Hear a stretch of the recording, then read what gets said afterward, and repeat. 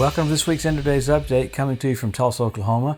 We had such a great time this last weekend in Austin at Impact Life Church. People were so hungry for the coming of the Lord. Just the excitement is wonderful to see in all the churches. I say that every week, but it just blesses me to see people excited they're about to see the King.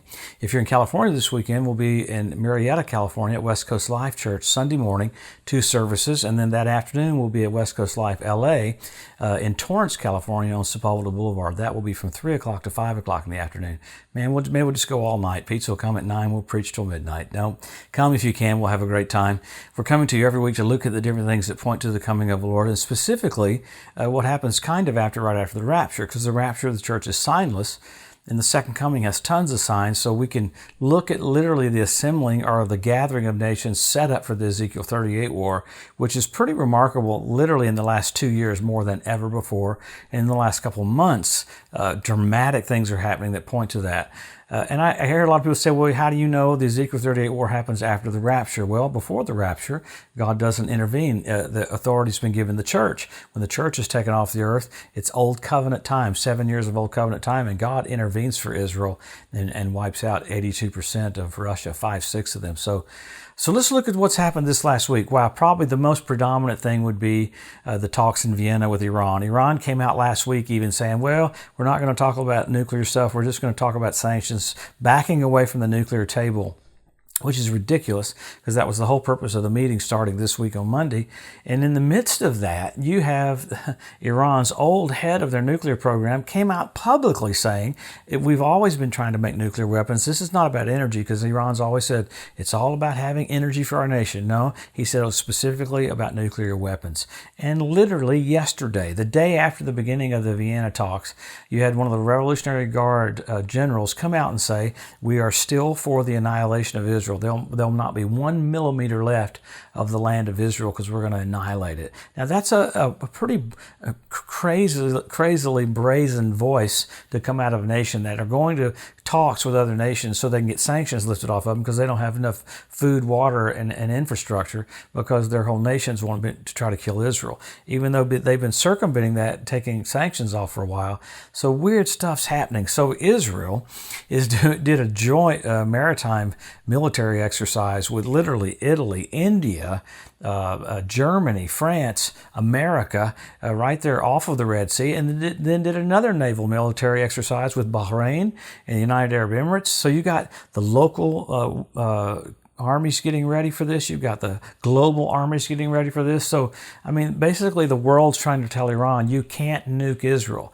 Well, you had our main general, the head of CENTCOM, came out yesterday saying Iran is right on the brink of having nuclear weapons. Now, this is the number one general for all the United States of America. The head of CENTCOM goes, Iran is right there at a breaking point. So I'm going to give you a little bit of my guess. I would say Iran will keep trying to haul missiles down into Syria, and they'll get a nuclear weapon down into Damascus, and Israel will be taking out those missiles, not even knowing there's a nuke there, and it's going to wipe Damascus off the map.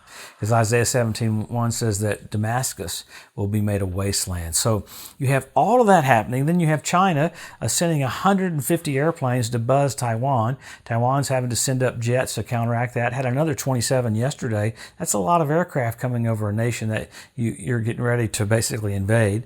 Along with that, you have Russia with all of their buildup on the border of the Ukraine. You've got NATO going crazy. We've talked a little bit about that the last couple of weeks, but it really has gone ballistic in the last couple of weeks, with other NATO countries saying we have to protect the Ukraine, even America saying we have to protect the Ukraine, and then Putin coming out today saying, boasting of his hypersonic missiles if they were to get into war with NATO. So you've got Russia doing what it's supposed to do for the Ezekiel 38 war. You've got China flexing its muscles like it will do for the Battle of Armageddon. And you've got Iran getting ready to do things for the Ezekiel 38 war. So it's just absolutely amazing. So you've even got nature after that. You had a huge volcano erupting again in the Canary Islands. I mean, it's amazing how that continues to happen. You had earthquakes in Japan. I believe it was 4.5 on the Richter scale. Then you had an earthquake in Peru, 7 point something on the Richter scale. And then you had the last couple of days, Monday, you had an asteroid go by, 450 feet long, size of a football field. This football field's 300 feet, so this is even bigger than a football field. Well, it wasn't near as close as the ones that came a few weeks ago. So it's interesting that NASA keeps finding more and more and more asteroids. Remember, this last week they're sending out that missile to go deflect that asteroid. So you got things with nature, you got things with nations. I mean, America expelled 27 more diplomats from Russia. Russia said they'll retaliate. It's all literally coming to pass right in front of our eyes. The particulars of everything that'll happen just before the coming of the Lord. So we get into all of it. It's not an escape theology, it's a hustle theology. You see the finish line, you run faster. I heard people say, well, you talk about the rapture because you just want to escape. No, I want to do the will of God, but I'm not supposed to be here at the rapture, after the rapture, because I have an appointment at the reward seat of Christ and the marriage supper of the Lamb. So, man, great days ahead. This is so amazing. I don't get into all the other things that are happening all over the world because I'm trying to just focus in on the things that totally point to the coming of the Lord. But there's event after event after event each week that I kind of look at and go, that is absolutely amazing. I mean, you had Israel's President Herzog light the first candle on the menorah in the cave of the patriarchs, and the mayor of Hebron went crazy, saying that was an act of war. This is where Abraham was buried. So you got crazy stuff happening, and you have the oil of anointing was brought out again to anoint the high priest getting ready to get the altar ready on the Temple Mount. So, I mean, it just gives you chill bumps saying what you're seeing just before we leave. Well, let's go to the Word and look at all the signs we do every week. Amazing that you have all of these things happening that point to the coming of the Lord. But number one, Israel made a nation. Number two, Jerusalem won back. Wow. Jesus said the generation sees those two events will not pass away till all is fulfilled. Then you got the language restored, Hebrew language restored. You got the Ethiopian Jews brought back.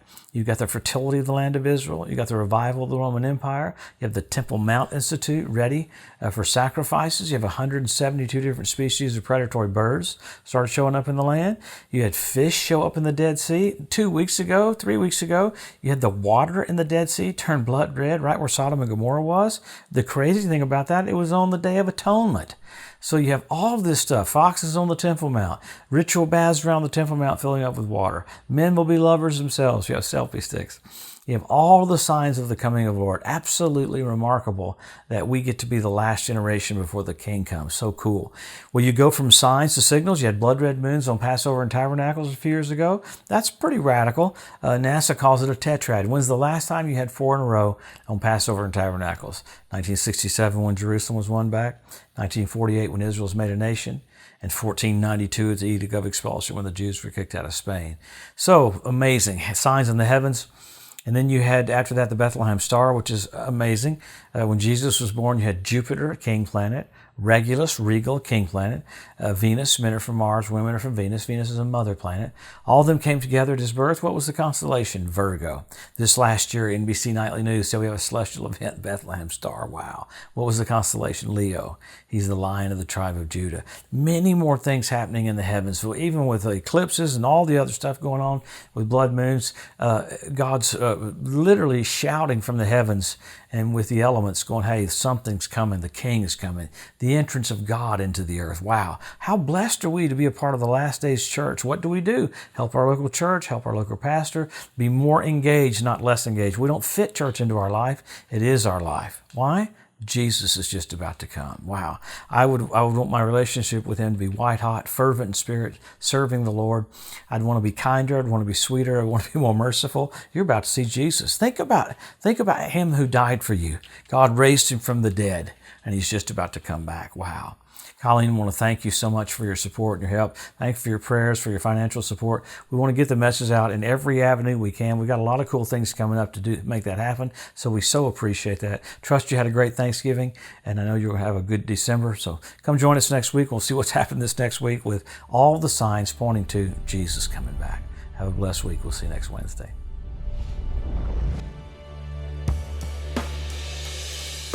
Thanks for joining us today at the End of Days Update. If you'd like to be notified every time there's a new post, just go to the edu at josephmorris.com and subscribe to receive email alerts.